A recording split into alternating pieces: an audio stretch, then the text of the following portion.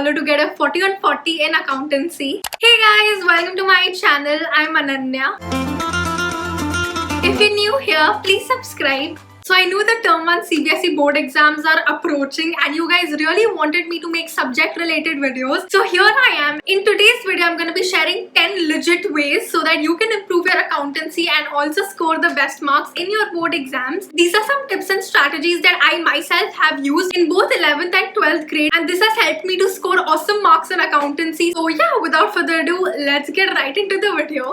So the first and most important thing for a subject like accounts is to start early. Now accounts is a subject that cannot be done overnight. It requires regular practice, only then you will get better at it. So in case you guys have still not started, it is the perfect time to start right now, because there's no point wasting time thinking that I will never get better at accounts, mujhe samajh hi nahi aa raha hai what's going on. Only when you will put in regular effort and practice is when you will actually see results. And for a subject like accounts, you really can't just study one day before the exam and be like, I will know the entire paper, because that is not possible. You have to start your preparations beforehand and practice rigorously every single day to help you get a 40 on 40 in your exams. Even if you start right now, you may not understand everything or you might not be able to solve the questions, but I'm sure after a month, if you put in constant effort, you will definitely improve in accounts.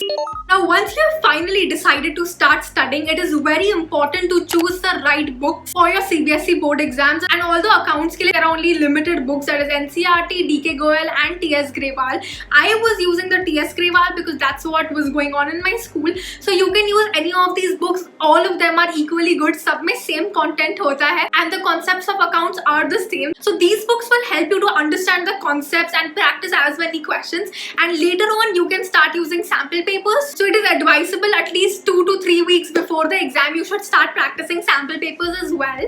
Now the next thing is related to books as well. Make sure you're reading information only from one textbook, because there is no point reading from even TS Grewal, even NCERT, even DK Goyal, because all the books have the same information and you will just get confused by reading 2-3 books. And make sure that you're not skipping absolutely anything in your book, because CBSE has a pattern to pick up lines randomly from in between the text. So it's very important to go through the entire text, even though you don't have to remember everything, but at least read all the text once. You can simply skim through the chapters, because I know accounts is more of a solving subject, so theory utni zyada kaam nahi aati, but it's always a good idea to go through the entire text as well.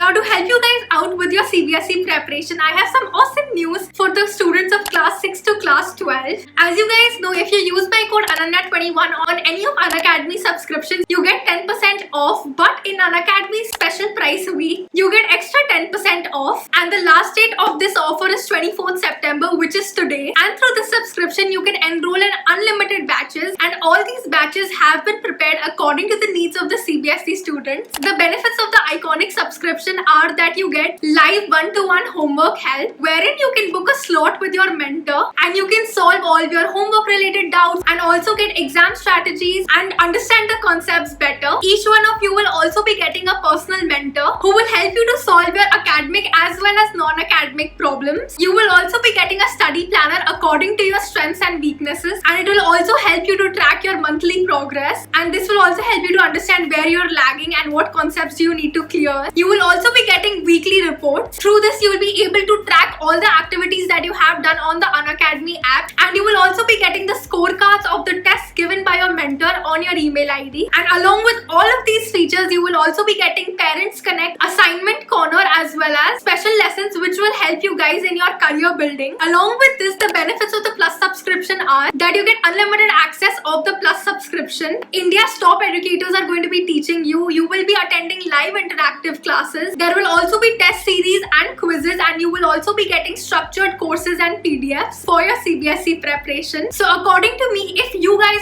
are from the classes 6 to 12, you should definitely get your hands on this offer. The link is in the description. Definitely check it out, and you can also use my code Ananya21 for additional 10% off. The next thing that you should keep in mind when studying accounts is that please stick to only one chapter at a time. If you keep switching from one chapter to another, you will probably get lost in that sea of information in front of you. So that's the reason I would say do not try to juggle between 2-3 chapters at the same time. Just focus on one chapter at a time, because usually in accounts a lot of chapters are related to each other. So if you do the first chapter properly, you will automatically understand the next 2-3 chapters because you're using the same basic concepts in those chapters as well. So instead of doing different chapters part by part, just focus on one chapter and then only move on to the next chapter. It will be very, very helpful and effective.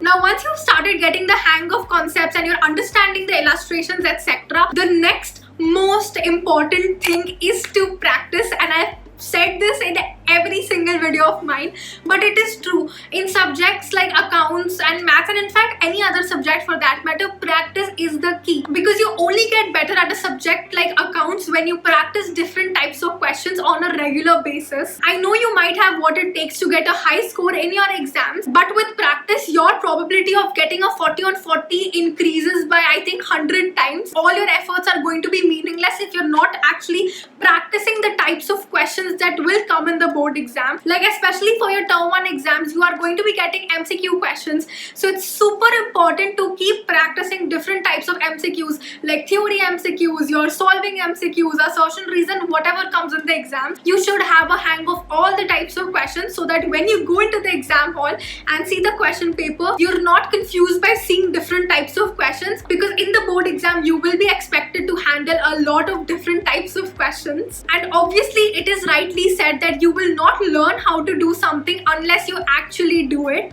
Now, once you've understood all the concepts, you've practiced all the illustrations as well as the back exercise, it is extremely important to start solving sample papers and past year question papers, because when you do past year papers, you will get an idea of what your actual exam would look like. And CBSE also has a pattern of giving similar types of questions, and also by solving the previous year papers, you understand what concepts are actually important and will be asked in the exam. Now, I totally understand that the term 1 pattern is completely new, and for the past years there haven't been complete objective type papers, but for the past 3-4 years the MCQs have been introduced in the normal CBSE exam. So it is important that you guys also practice those questions and also solve CBSE's official question bank, CBSE sample papers, and any other sample papers you can get your hands on. When you're solving sample papers, you understand time management as well, so when you practice sample papers, make sure that you are adhering to the time limit. So you will also understand if you're doing the paper fast enough or not, if you need to increase your speed,